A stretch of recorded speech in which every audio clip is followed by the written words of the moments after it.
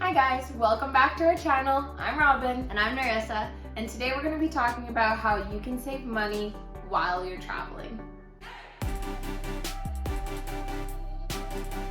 Okay, so the first thing we want to talk about is how you can save money through your accommodation. Because most often your accommodation is going to be the biggest chunk of your daily budget. Obviously not on days that you're doing like an excursion or like a expensive activity, but on average your accommodation is probably going to be your biggest expense. You're gonna want to compare prices between Airbnb, Hostelworld, Agoda, those type of sites. Deals change all the time, so you're gonna want to compare those all the time. Sometimes the hostel isn't the cheapest way to go. Maybe there's an Airbnb that's a better price, because with Airbnbs, just like private rooms in hostels, you pay for the room. So depending how you can split that up between the people that you're gonna stay with, it might end up being cheaper than paying for a dorm room in a hostel where you're paying for a bed. So always check and compare across different sites.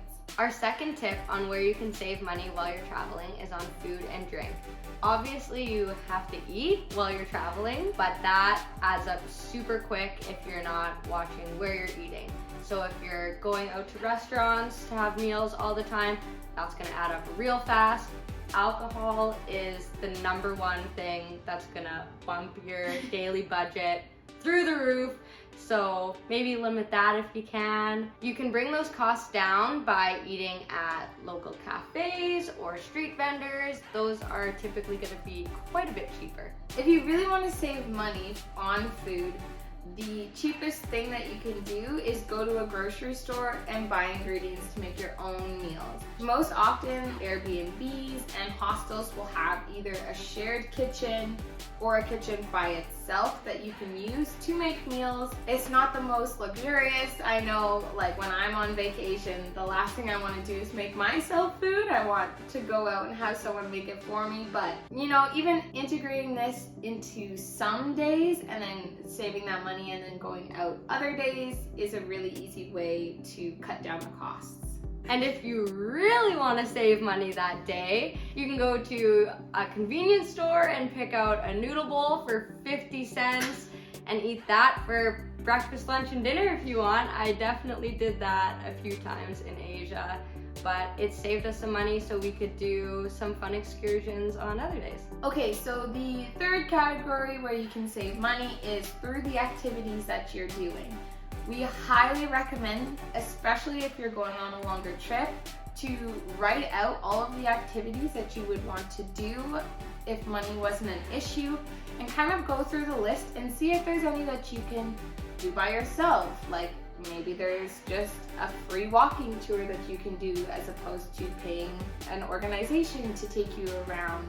Or if it's something that you are really interested in seeing from the outside, but maybe not pay to go inside, or pay to have the audio guide when you're actually in the building. Like little things like that, that'll help you save money in some areas so that you can really splurge on the activities that are at the top of your list. Also, another thing you want to consider is what's all included in the tours that you're looking at. Maybe one is a cheaper option than the other, but it doesn't include food and it's an all-day activity. So the one that's listed slightly more expensive is actually going to be your cheapest option because they pay for your food and they pay for your transportation to and from there. So really just read kind of the fine print of each tour to find the one that's going to be overall the best for you. The fourth way that you can save money is looking for discounts. At hostels or information centers, they'll often have vouchers or coupons for tourists looking for deals on all sorts of activities. So if you save some money that way, you can spend a little extra cash on another activity or maybe an extra glass of wine one night. Another way that you can take advantage of discounts is the last minute deals that you can get on transportation to certain destinations. There's gonna be a certain point where your transportation is just gonna want to get any kind of money for their empty seats. So that price is going to drop significantly. But that's gonna be like right before it needs to leave. So that's why you need the flexibility of a couple of days, because some days maybe they won't have any empty seats, or they'll just have like one and you need 2 or 3. You want to have a couple days buffer. So if you're sticking with a super strict travel itinerary, this probably won't be the best option for you, but it is a really good option if you are traveling a little bit slower and you want to take advantage of these deals, because it can save you a lot of money. Our 5th tip to saving money is on haggling. So you want to be really smart when you're out and about, especially when you're in a new place. Tourists are obviously easier targets than the locals when it comes to market sellers. So just be smart and realize if a price seems outrageous, it most likely is. Yeah, especially if you look like a tourist, you're pretty much always guaranteed to be offered a tourist rate. So a way to kind of help prevent this is by knowing what a fair price for that item would be, or what a local price for that item would be. Maybe there is someone who bought this just before you, or you see another store offering it for a lower price, so you can kind of gauge how much you need to haggle it down for it to be a fair price.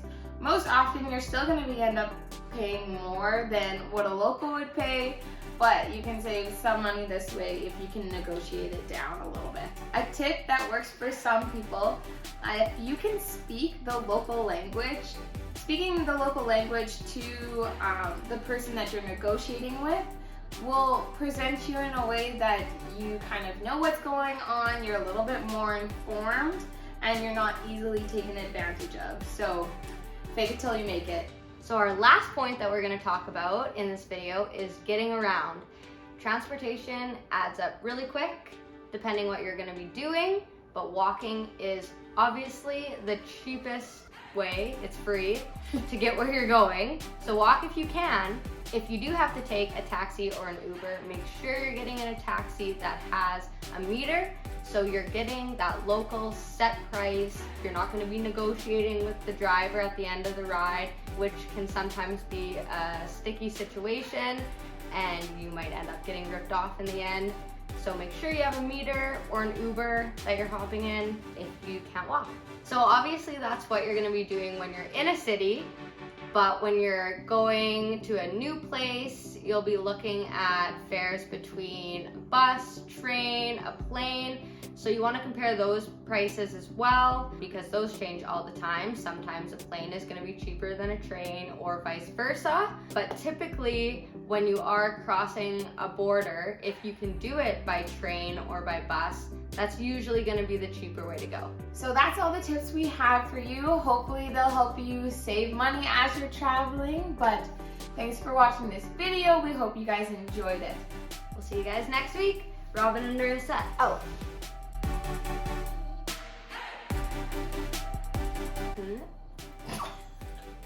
My brain's turning off, which is weird because this coffee is really strong. Why is it shutting off? Oh my gosh, it's on Money Saver, It's on Money Saver mode for a Money Saver video. Oh my gosh, computer, figure it out.